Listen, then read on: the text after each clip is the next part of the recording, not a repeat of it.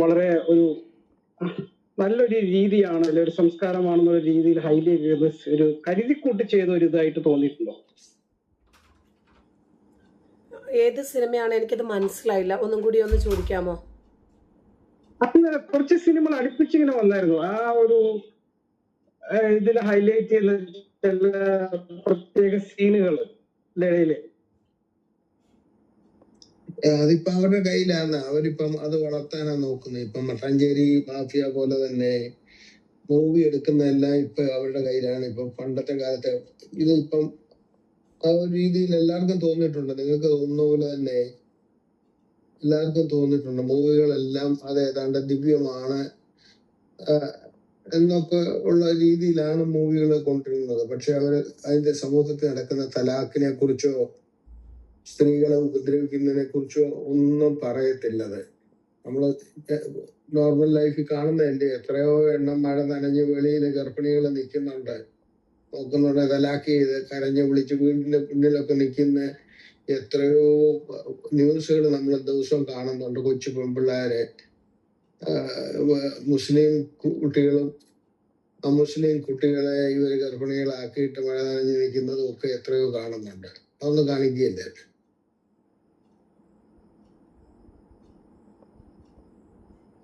ടീച്ചറെ, ഇത് ഇവര് മന്ത്രിമാർ തക്ക എടുത്തത് തന്നെയല്ലേ? തക്ക ഉപയോഗിച്ചതല്ലേ ഇത്? 100 വട്ടം. അവര് അള്ളാഹുവിന്റെ പേര് പറയാതിരുന്നത് അവരുടെ തക്കയാണ്. യുദ്ധസമയത്തും അതുപോലെ തന്നെ ഭക്തി, അതായത് ദൈവത്തിന്റെ കാര്യം പറയുമ്പോഴും അത് തക്ക ഉപയോഗിക്കാമെന്നുണ്ട്. അതുകൊണ്ട് അവർ അറിഞ്ഞുകൊണ്ട് തക്ക ഉപയോഗിച്ചതാ. എല്ലാവരും അവരെ ദൈവത്തിന്റെ നാമത്തിൽ പറഞ്ഞപ്പോഴ് ഈ മന്ത്രിമാര് അത് ഒഴിവാക്കി. അത് നേരത്തെ ഇത് ഇവര് ജയിച്ചപ്പോഴേ ഈ നമ്മുടെ വി.ഡി. സതീശൻ മന്ത്രി ആവുമെന്ന് പറഞ്ഞപ്പോഴേ പബ്ലിക്കിന്റെ ഒരു വലിയൊരു യൂട്യൂബിനകത്തും ന്യൂസ് വന്നു കഴിഞ്ഞു ഇവരാ ഭരിക്കാൻ പോകുന്നത്. അത് ജനത്തിന്റെ ഒരു വികാരം ഇളക്കി വിടാതിരിക്കാൻ വേണ്ടി ഇവര് ചെയ്തൊരു തക്കിയായ അത്.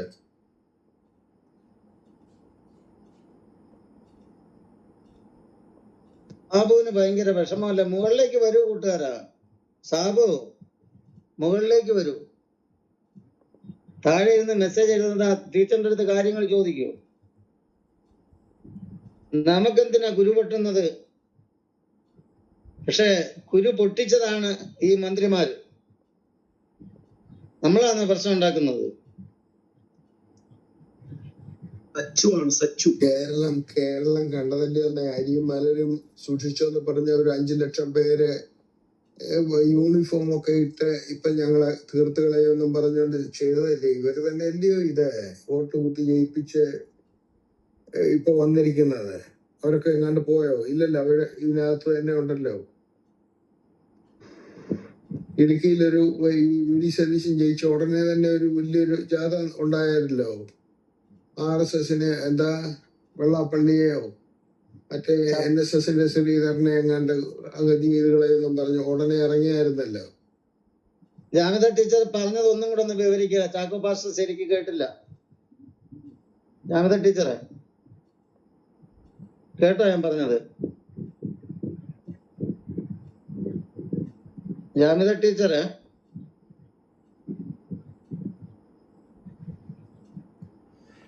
Hello hello hello hello hello ഇടയ്ക്ക് വെച്ചിട്ടേ എനിക്ക് സൗണ്ട് പോകുന്നുണ്ട്. ജാമിത ടീച്ചറെ, ചാക്കോ പാസ്റ്റർ കേട്ടില്ല. അത് ചെറിയൊരു കാരണം അതൊന്ന് പറഞ്ഞത്.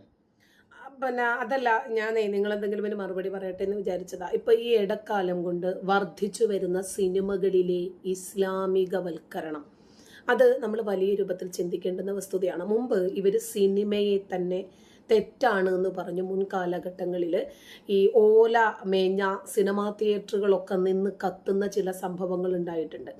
ഇസ്ലാമിനെ ആരെങ്കിലും എതിർക്കുന്നു എന്ന് കണ്ടാൽ നമുക്കറിയാം. പിന്നെന്താണ് ആ കൊച്ചിൻ്റെ പേര്, ഞാൻ മറന്നുപോയി, ഒരു പാർവതിയോ ആ കൊച്ചെങ്ങാണ്ട് ഒരു മാണിക്യമലരായ പൂവി എന്ന് പറയുന്ന ഒരു സിനിമയുടെ ഒരു ഭാഗത്ത് ഈ ഖദീജയെയും മുഹമ്മദിനെയും പിന്നെ ഉദ്ദേശിച്ചിട്ടൊരു പാട്ടുണ്ട്. ആ പാട്ട് പാടിയ സമയത്ത് എന്തെല്ലാം രൂപത്തിലുള്ള തീക്ഷണമായിട്ടുള്ള വിമർശനങ്ങളാണ് ആ പെൺകുട്ടി ഏറ്റുവാങ്ങേണ്ടി വന്നതെന്നറിയാമോ? ആ കൊച്ച് ചുണ്ട് കടിക്കുകയും ഒരു കണ്ണടയ്ക്കുകയും ചെയ്യുന്ന ഒരു സീൻ ഉണ്ടായിരുന്നു അതിൽ. അപ്പോൾ സിനിമ ഒരു കാലത്ത് ഇവർക്ക് ഹറാമായിരുന്നു.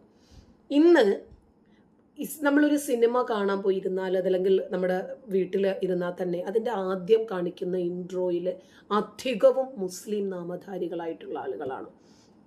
സിനിമ സംവിധാനം ചെയ്യുന്നത് അവര്, അഭിനയിപ്പിക്കുന്നത് അവര്, തിരക്കഥ, സംഭാഷണം, കഥ, അതുപോലെ അതിൻ്റെ കോറിയോഗ്രാഫി എല്ലാം ഏതാണ്ട് മുസ്ലിം നാമധാരികളായിട്ടുള്ള ആളുകളെ കാണാം. അപ്പൊ എന്തുകൊണ്ടാണ് അന്നവർക്ക് ഹറാമായ സിനിമ ഇന്ന് ഹലാലാകുന്നത്? കാരണം ഇത്രയേ ഉള്ളൂ, ഇത് ഇന്റർനെറ്റ് യുഗമാണ്. ഈ കാലഘട്ടത്തിൽ ഏറ്റവും കൂടുതൽ സ്വാധീനിക്കപ്പെടുന്നത് എന്താണ്? കല. അതിനെ തന്നെ അവർ മുറുകെ പിടിച്ചു. അപ്പൊ സിനിമയെന്ന് പറഞ്ഞാൽ സമൂഹത്തെയും രാഷ്ട്രീയത്തെയും അതുപോലെ മതത്തെയും ഒക്കെ പ്രതിഫലിപ്പിക്കുന്ന രൂപത്തിൽ ആളുകളെ ചിന്തിപ്പിക്കാൻ പറ്റുന്ന, ആളുകളുടെ ഇടയിലേക്ക് കൊണ്ടുപോകാൻ സാധിക്കുന്ന ഒരു കലാരൂപമാണ്. ഇപ്പോൾ ഒരു സിനിമ കാണാൻ നമ്മൾ ചെന്നിരിക്കുമ്പോൾ ആദ്യം തന്നെ പുകവലിയുടെ ഒരു ദൂഷ്യഫലങ്ങളെ കുറിച്ചിട്ട് ചെറിയ ഒരു ഇൻട്രോ നമ്മളെ കാണിക്കും. അത് ഉപയോഗിച്ചാൽ ഉണ്ടാകാവുന്ന ഭവിഷ്യത്തുകളും അത് അനുഭവസ്ഥരായിട്ടുള്ള ആളുകളെയും കാണിക്കും. പക്ഷേ ആ സിനിമയ്ക്കകത്ത് ഇത് ഇല്ലാതുണ്ടോ എന്ന് പറയുന്നത് പോലെ ഇവരുടെ കാര്യങ്ങൾ വരുമ്പോൾ ഇവർ മനഃപൂർവ്വം സത്യത്തെ എടുത്തങ്ങോട്ട് ഒതുക്കി വെക്കും. നമ്മുടെ വിശ്വാസികളല്ല, അത് പിന്നീട് അവർക്ക് പറഞ്ഞ് മനസ്സിലാക്കി കൊടുക്കാവുന്നതേ ഉള്ളൂ. നമ്മുടെ കേരളത്തിലെ ഏറ്റവും പ്രമുഖനായിട്ടൊരു മതനേതാവ്, ഭയങ്കരമായിട്ടുള്ളൊരു കള്ളനാണ്. തിരുവനന്തപുരം പാളയം പള്ളിയിലൊക്കെ ഇമാമായിട്ട് ഇരുന്നിട്ടുള്ള ആളാണ്. ഇപ്പോഴും അവിടെ കണ്ടാണ് ഇരിക്കുന്നത്. അയാളുടെ മകൻ ഒരു സിനിമാ സംവിധായകനാണ്. അയാള് പബ്ലിക്കായിട്ട് വന്നിട്ട് സിനിമയെ കുറിച്ചിട്ട് അത് ഹറാമാണ്, ആണും പെണ്ണും ഒരുമിച്ച് ചേർന്ന് ഇടപഴകുന്ന ആ കലാരൂപത്തെ നമുക്ക് അംഗീകരിക്കാൻ പറ്റില്ല എന്നൊക്കെ പറയും. പക്ഷെ അയാളുടെ വീട്ടിനകത്തും അത് വന്നു കഴിഞ്ഞു. കഴിഞ്ഞ ദിവസം എൻ്റെ ഒരു സുഹൃത്ത് എന്നെ വിളിച്ചിട്ട് പറഞ്ഞു, ടീച്ചറെ എൻ്റെ വീട്ടിലും ഒരു ജാമിത വളർന്നു വരുന്നുണ്ട് എന്ന് പറഞ്ഞു. അപ്പോൾ ഇവരുടെ ഉള്ളിൽ തന്നെ ഇവർ പോലും അറിഞ്ഞോ അറിയാതെയോ ചിന്തകളെ പ്രതിഫലിപ്പിക്കുന്ന രൂപത്തിലുള്ള കിരണങ്ങൾ ഉണ്ടായി തുടങ്ങിയിട്ടുണ്ട്. അപ്പൊ അവർക്ക് ഇന്നത് മനസ്സിലായി, നമ്മൾ ഇത് ഹറാമാണെന്ന് പറഞ്ഞിരുന്നത് കൊണ്ട് കാര്യമില്ല. അതിലൂടെ ഒന്ന് തൊഴിലവസരങ്ങളുണ്ട്, പണമുണ്ട്, പോപ്പുലാരിറ്റി ഉണ്ട്. നമ്മൾ വിചാരിക്കുന്ന രൂപത്തിലുള്ള മത ഐഡിയകൾ, മതവിശ്വാസങ്ങൾ ജനങ്ങളിലേക്ക് എത്തിക്കാനും ഇതൊരു മാർഗമാണ് എന്നവർ കണ്ടു. അപ്പൊ അതുകൊണ്ട് അവര് ചില പ്രത്യേക ആശയങ്ങളെ, അതല്ലെങ്കിൽ നമുക്കറിയാം, പിന്നെ നമ്മുടെ മമ്മൂട്ടിയൊക്കെ അഭിനയിച്ച ഉണ്ട പുഴു, അതിനകത്ത് നക്സലൈറ്റുകളെ ഒക്കെ വെള്ളപൂശിക്കൊണ്ടുള്ള സിനിമകളായിരുന്നു. എമ്പുരാനും നമുക്കറിയാം. അപ്പൊ ഇങ്ങനെ ഒരു പ്രത്യേക ആശയത്തെ വെളുപ്പിക്കാൻ അവർക്ക് അന്ന് ഹറാമായ മാർഗം ഇന്നവർ ഉപയോഗിക്കുന്നു. അന്ന് TV ശൈത്താൻപെട്ടിയായിരുന്നു, ഇന്നതല്ല. ബോധപൂർവം അവർക്ക് കിട്ടിയ അവസരങ്ങളുണ്ടല്ലോ എങ്ങനെ യൂട്ടിലൈസ് ചെയ്യാമെന്ന് ആലോചിക്കുവാണ്. നമ്മൾ മുമ്പ് പറഞ്ഞതുപോലെ മതമാണ് ഞങ്ങളുടെ പ്രശ്നവും എന്ന് പറഞ്ഞുകൊണ്ടിരുന്നു കഴിഞ്ഞാൽ ഒന്നും ഞോട്ടാൻ പറ്റത്തില്ല. അതുകൊണ്ട് തൽക്കാലം നമ്മൾ ദൈവത്തെ പിടിച്ചു കഴിഞ്ഞാൽ കാരണം ഇവരെ എന്താണെങ്കിലും നമുക്ക് കിട്ടുമെന്നറിയാം, ഇസ്ലാം മത വിശ്വാസികളെ. അവര് മറിച്ച് വോട്ട് കുത്തത്തില്ല. അപ്പോൾ ഇനി മറ്റുള്ളവരെ കൂടി ഒന്ന് കുപ്പിയിലാക്കണം. അതിന് അവർ ആ മന്ത്രിപദം ഉപയോഗിച്ചതുപോലെ തന്നെ ഇന്ന് സിനിമകളും ഇവരുപയോഗിക്കുകയാണ്. സമകാലിക രാഷ്ട്രീയ സാഹചര്യങ്ങളിൽ ചില ഗ്രൂപ്പുകൾക്കെതിരെയോ ആശയങ്ങൾക്കെതിരെയോ ഒക്കെയുള്ള ചില പൊതുവികാരങ്ങളുണ്ട്. അതിനെ മാറ്റിയെടുക്കാനാണ് സിനിമകളെ ഇവരൊരു പ്രൊപ്പഗണ്ട ടൂളായിട്ട് ഉപയോഗിക്കും. ഞാൻ എക്സാമ്പിൾ പറഞ്ഞുതരാം. നമ്മുടെ കനി കുസൃതി അഭിനയിച്ച ഒരു ബിരിയാണി എന്ന് പറയുന്ന സിനിമയുണ്ടായിരുന്നു. ഐസിസിലേക്ക് പോയ ഒരു യുവാവ്, ആ യുവാവ് അങ്ങ് പോയി. പിന്നീട് ആ കുടുംബം ഇവിടെ അനുഭവിക്കുന്ന ചില പ്രയാസങ്ങളുണ്ട്. അപ്പോ ഐസിസിലേക്ക് പോകുന്നത് നല്ലതാണ് എന്നാണോ ആ പറഞ്ഞു വരുന്നത്? അതോ ഐസിസിലേക്ക് പോകുന്ന യുവാവ് അങ്ങ് പോയി ആ കുടുംബത്തെ സമൂഹം കൂട്ടിപ്പിടിക്കണമെന്നാണോ പറയുന്നത്? അങ്ങനെ ജനങ്ങളെ ഒന്ന് ചിന്തയുടെ മുൾമുനയിൽ നിർത്തുക. ഇപ്പൊ സമൂഹത്തിൽ നിലനിൽക്കുന്ന ചില നെഗറ്റീവ് വശങ്ങളെ, തീവ്രവാദപരമായിട്ടുള്ള ചിന്താഗതികളെയോ ഒന്നും ചർച്ച ചെയ്യാതെ അവർക്ക് എന്താണോ വേണ്ടത് അതുമാത്രം അവരെടുക്കും.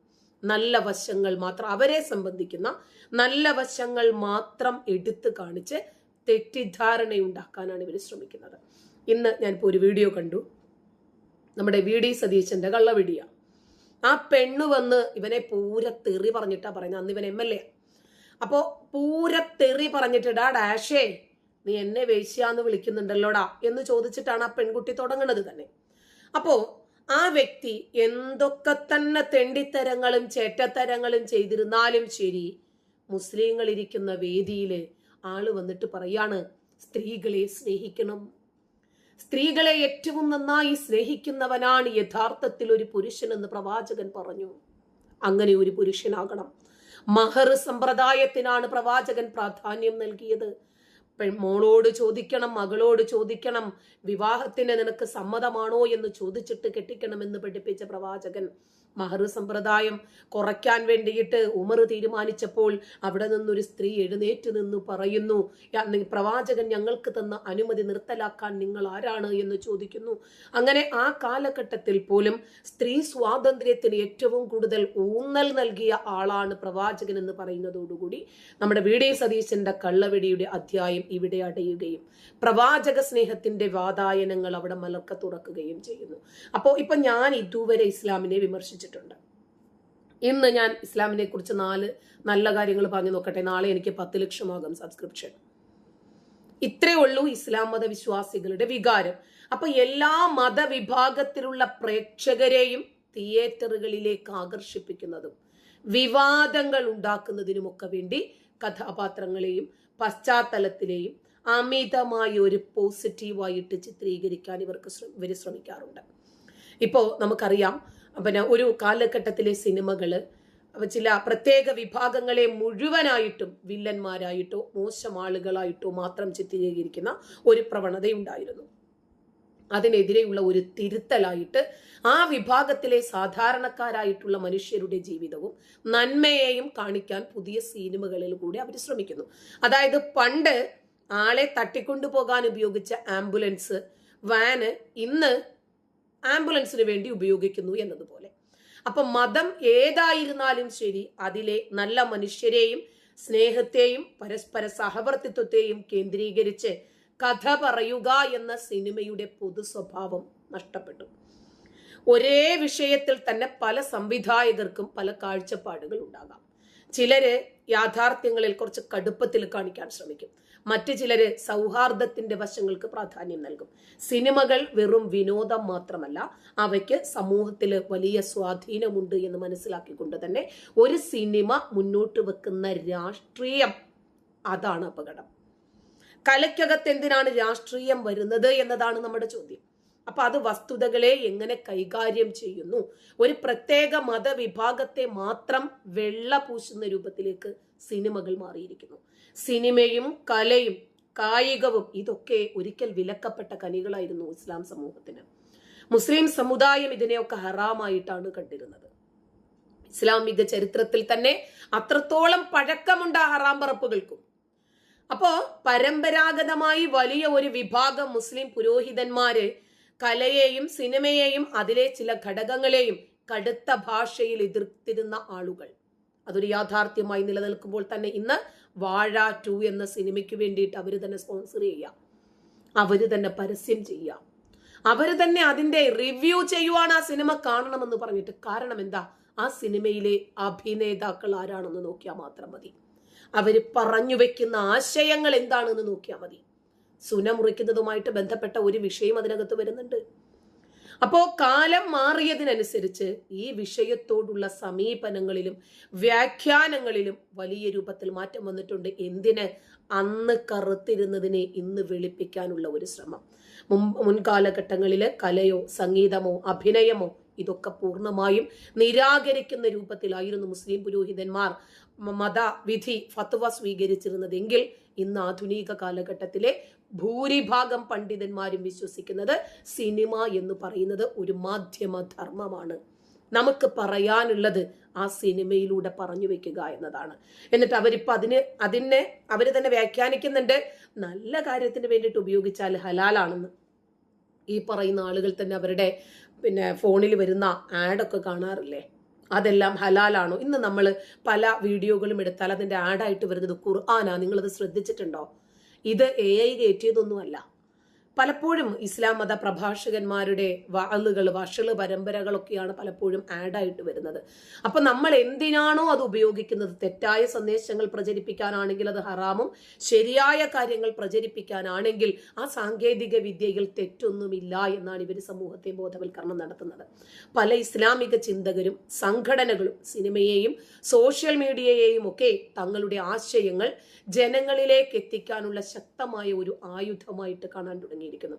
ഞാനൊരു കുഞ്ഞുദാഹരണം കൂടി പറഞ്ഞുതരാം. ഇസ്രായേലിന്റെ എല്ലാ ഉൽപ്പന്നങ്ങളും ബഹിഷ്കരിക്കണമെന്നാണ് ഇവർ പറയുന്നത്. ഇസ്രായേൽ എന്ന് പറഞ്ഞാൽ ജൂതരാജ്യമാണ്, മുസ്ലിങ്ങളുടെ ഏറ്റവും വലിയ ശത്രുവാണ്. പ്രത്യേകിച്ച് ആയത്തുള്ള അലി ഖൊമേനിയെ പെട്ടെന്ന് തന്നെ ഹൂരികളുടെ അടുത്തേക്ക് വയസ്സാങ്കാലത്ത് പറഞ്ഞു വിട്ടതുകൊണ്ട് തന്നെ നെതന്യാഹുവിന്റെ പേര് കേൾക്കുമ്പോൾ ലഅനത്തുല്ലാഹി അലൈഹി, അവന്റെ മേൽ അള്ളാഹുവിന്റെ കോപമുണ്ടാകട്ടെ, ശാപമുണ്ടാകട്ടെ എന്ന് പറയണമെന്നും നെതന്യാഹു ലോകത്തെ ബാധിച്ച ക്യാൻസർ ആണെന്നും പറയുന്ന ഇവർ ജൂതന്മാരുണ്ടാക്കിയ മീഡിയയിലൂടെയല്ലേ ഇത് വന്ന് ഛർദ്ദിച്ചുകൊണ്ടിരിക്കുന്നത്. ഇവരെല്ലാവരും കൂടി ഒരു വലിയ കുഴിയെടുത്തിട്ട് ഇവന്മാരുടെ കയ്യിലുള്ള എല്ലാ ഈ സാമാനങ്ങളും ജൂതൻ ഉണ്ടാക്കിയ ടെക്നോളജിയും അതിനകത്തിട്ട് മൂടട്ടെ.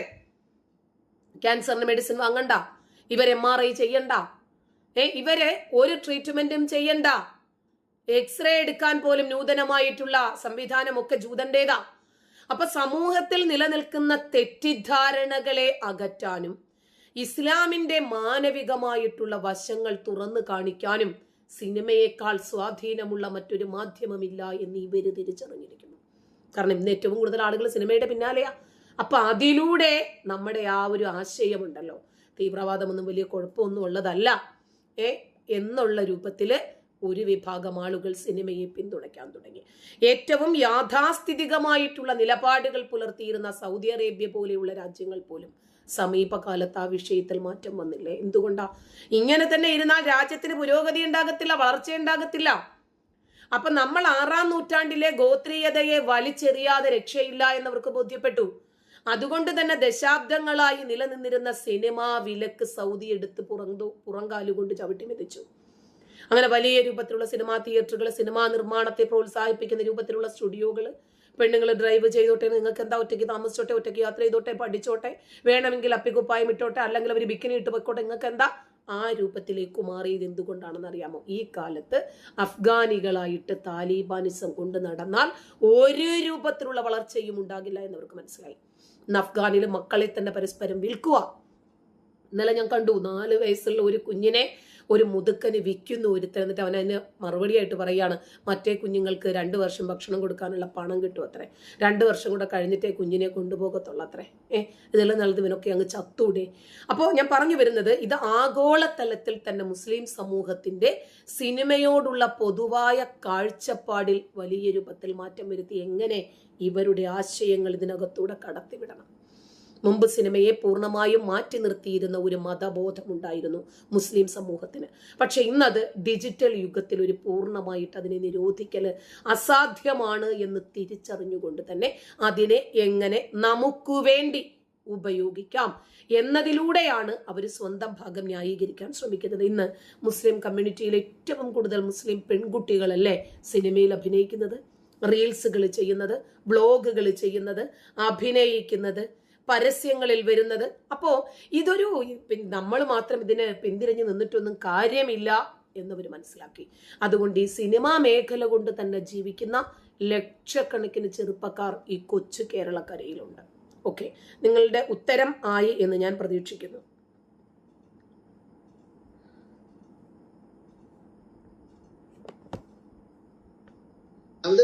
ഈ 90കളുടെ തുടക്കത്തിലും 95-ലും ഒക്കെ തന്നെ ഈ മലപ്പുറം